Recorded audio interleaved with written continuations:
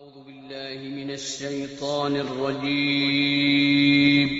پناہ مانگتا ہوں میں اللہ کی شیطان مردود سے۔ بسم الله الرحمن الرحيم شروع اللہ کا نام لے کر جو بڑا مہربان نہایت رحم والا ہے۔ أعوذ بالله من الشيطان الرجيم بسم الله الرحمن الرحيم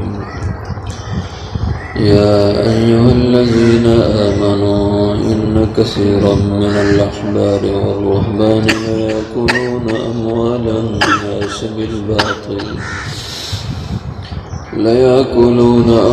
الناس بالباطل ويصدون عن سبيل الله والذين يكنزون الذهب والفضة ولا ينفقونها في سبيل الله فبشرهم بعذاب أليم يوم يحمى عليها في نار جهنم فتكوى بها جباههم وجنوبهم وظهورهم هذا ما كنزتم لأنفسكم فذوقوا ما كنتم تكنزون يا أيها الذين آمنوا أيمان والو إن كثيرا من الأحبار والرهبان بے شک بہت سے علماء میں سے والرہبان اور پیروں فقیروں میں سے لیاکلون البتہ کھا جاتے ہیں اموال الناس لوگوں کے مال بالباطل ناحق طریقے سے ویصدون عن سبیل اللہ اور روکتے ہیں اللہ کی راہ سے والذین اور وہ لوگ یکنزون الذهب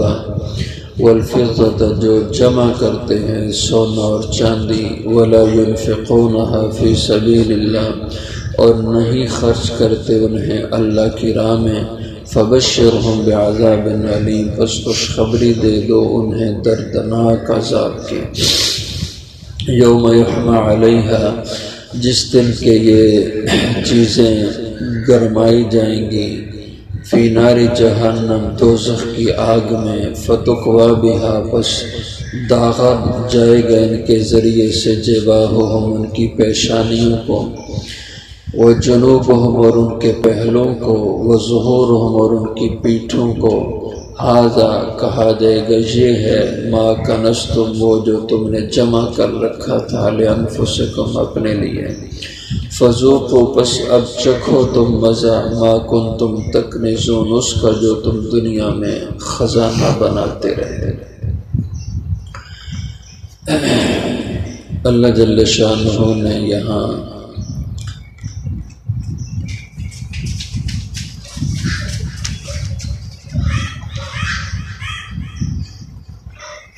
ایسے لوگ جو دین کے نام پر لوگوں سے مال بٹورے اور دین کے ساتھ دھوکہ دہی سے کام لیں ان کی مذمت بیان فرمائی ہے کہ دین کا عنوان رکھ کر کے مقصود دنیا کمانی ہو اپنا پیٹ بھرنا ہو اور دین کو فروخت کریں اور دین کے نام پر وہ دنیا کا دھندہ کریں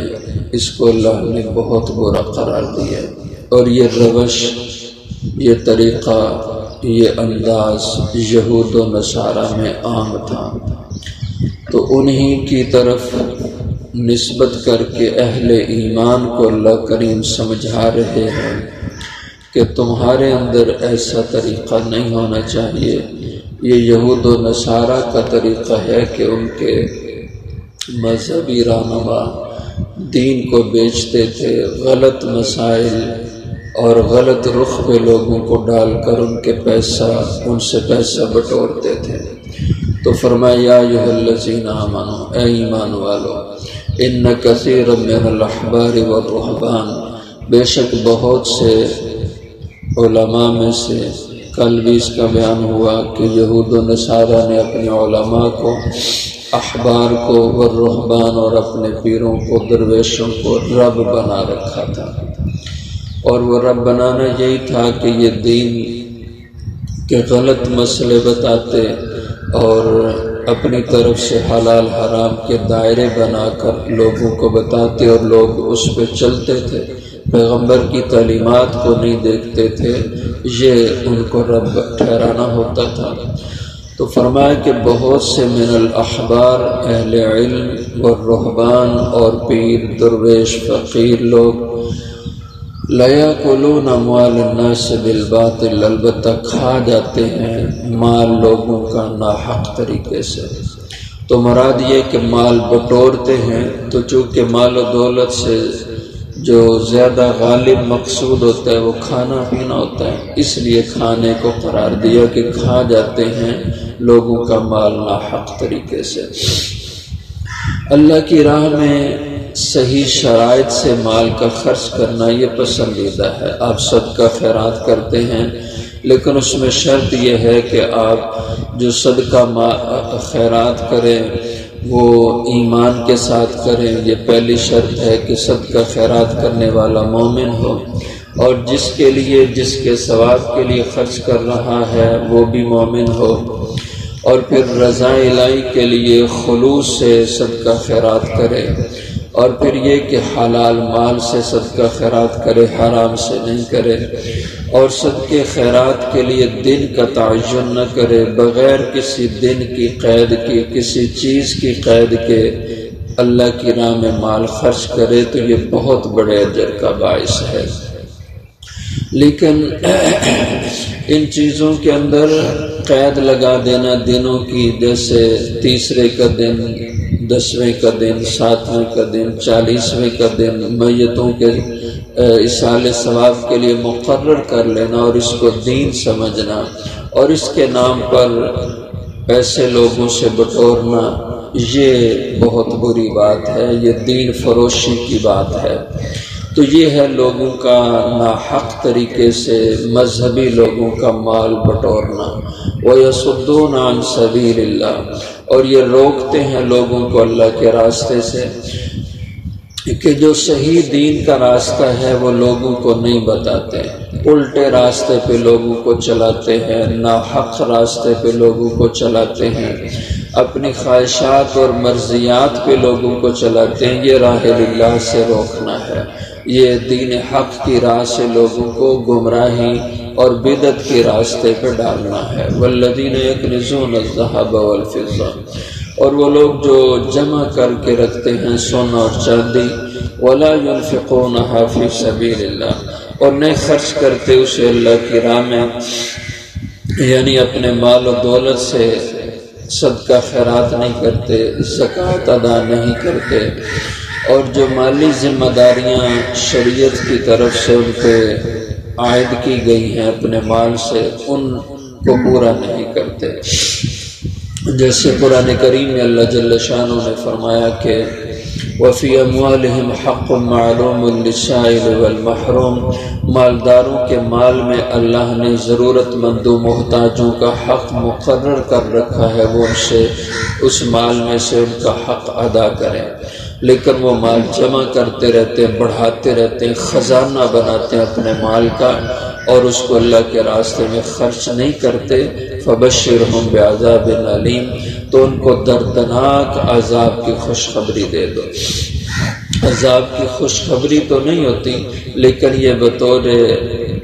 طنز کے ان لوگوں سے کہا ہے کہ ان کو خوشخبری دے دو دردناک عذاب کی۔ یوم یحمى علیہا فی نار جہنم،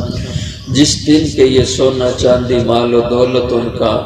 یہ گرمایا جائے گا، اس کو تپایا جائے گا، فی نار جہنم، دوزخ کی آگ میں اس کو گرم کیا جائے گا، فتقوی بہا جباہہم، پھر داغا جائے گا اس کے ذریعے سے ان کی جبینوں کو، پیشانیوں کو، وجنوبہم، اور ان کے پہلوں کو، وظہورہم، اور ان کی کمروں کو، پیٹھوں کو، اور کہا جائے گا ھذا ما کنزتم، یہ ہے وہ تمہاری دولت جو خزانہ بنا کے تم نے اپنے پاس رکھی تھی، لانفسکم، اپنے لیے، اور اس کو اللہ کی رضا پہ نہیں خرچ کرتے تھے، اور اس سے صدقات واجبہ جو اس میں سے لازمی حق اللہ نے رکھے تھے، زکوٰۃ کا حق رکھا تھا، وہ اس سے تم نکالتے، اور اسے صدقہ خیرات تم کرتے مال سے، یہ تم نے نہیں کیا، اور اس مال کو اپنے لیے جمع کر کے رکھے یہاں تک کہ موت آ گئی اور وہ مال پیچھے رہ گیا۔ اور یہ دنیا میں انسان کی فطرت ہے، طبیعت ہے کہ مال جمع کرتا رہتا ہے اور خوش ہوتا رہتا ہے کہ مالی مالی مالی، میری دولت، میرا پیسہ اتنا ہو گیا، اتنا ہو گیا، اتنا ہو گیا۔ لیکن حضور نے فرمایا کہ تیرا مال تو وہ ہے ہی نہیں جو تم جمع کر کے اکٹھا کر کے مر گیا، وہ مال تو پیچھے تیرے وارثوں کا ہے۔ تیرا مال وہ ہے جو تو دنیا میں اپنی زندگی میں اپنے ہاتھ سے اللہ کی راہ میں خرچ کرایا، اللہ کی مخلوق پہ خرچ کرایا، اچھائی بھلائی کی جگہوں پہ خرچ کرایا، اور جو مال اس سے اللہ کے حق ادا نہیں کیے تو کہا جائے گا یہ ہے تیرا وہ مال جو تو جمع کرتا رہا اپنے لیے۔ فذوقو، اب مزہ چکھو تم، ما کنتم تکنزون، اس کا جو تم دنیا میں اپنے مال کو خزانہ جمع کر کے رکھا اور اس سے محبت رکھی اور اس میں سے خرچ نہیں کیا۔ اس سے معلوم ہوتا ہے مال کا صحیح استعمال کرنا چاہیے اور مال کو غلط جگہوں پہ، ناجائز مقامات پہ خرچ نہیں کرنا چاہیے، اور جو جائز جگہ مال کے خرچ کرنے کی، زکوٰۃ کی صورت میں، صدقہ خیرات کی صورت میں، لوگوں کی حقوق کی ادائیگی کی صورت میں، ان جگہوں پہ مال خرچ کرنا ضروری ہے، ورنہ کل کو حسرت، افسوس، بلکہ عذاب الہی کا یہ مال اور پیسہ یہ سبب بنے گا۔ وآخر دعوانا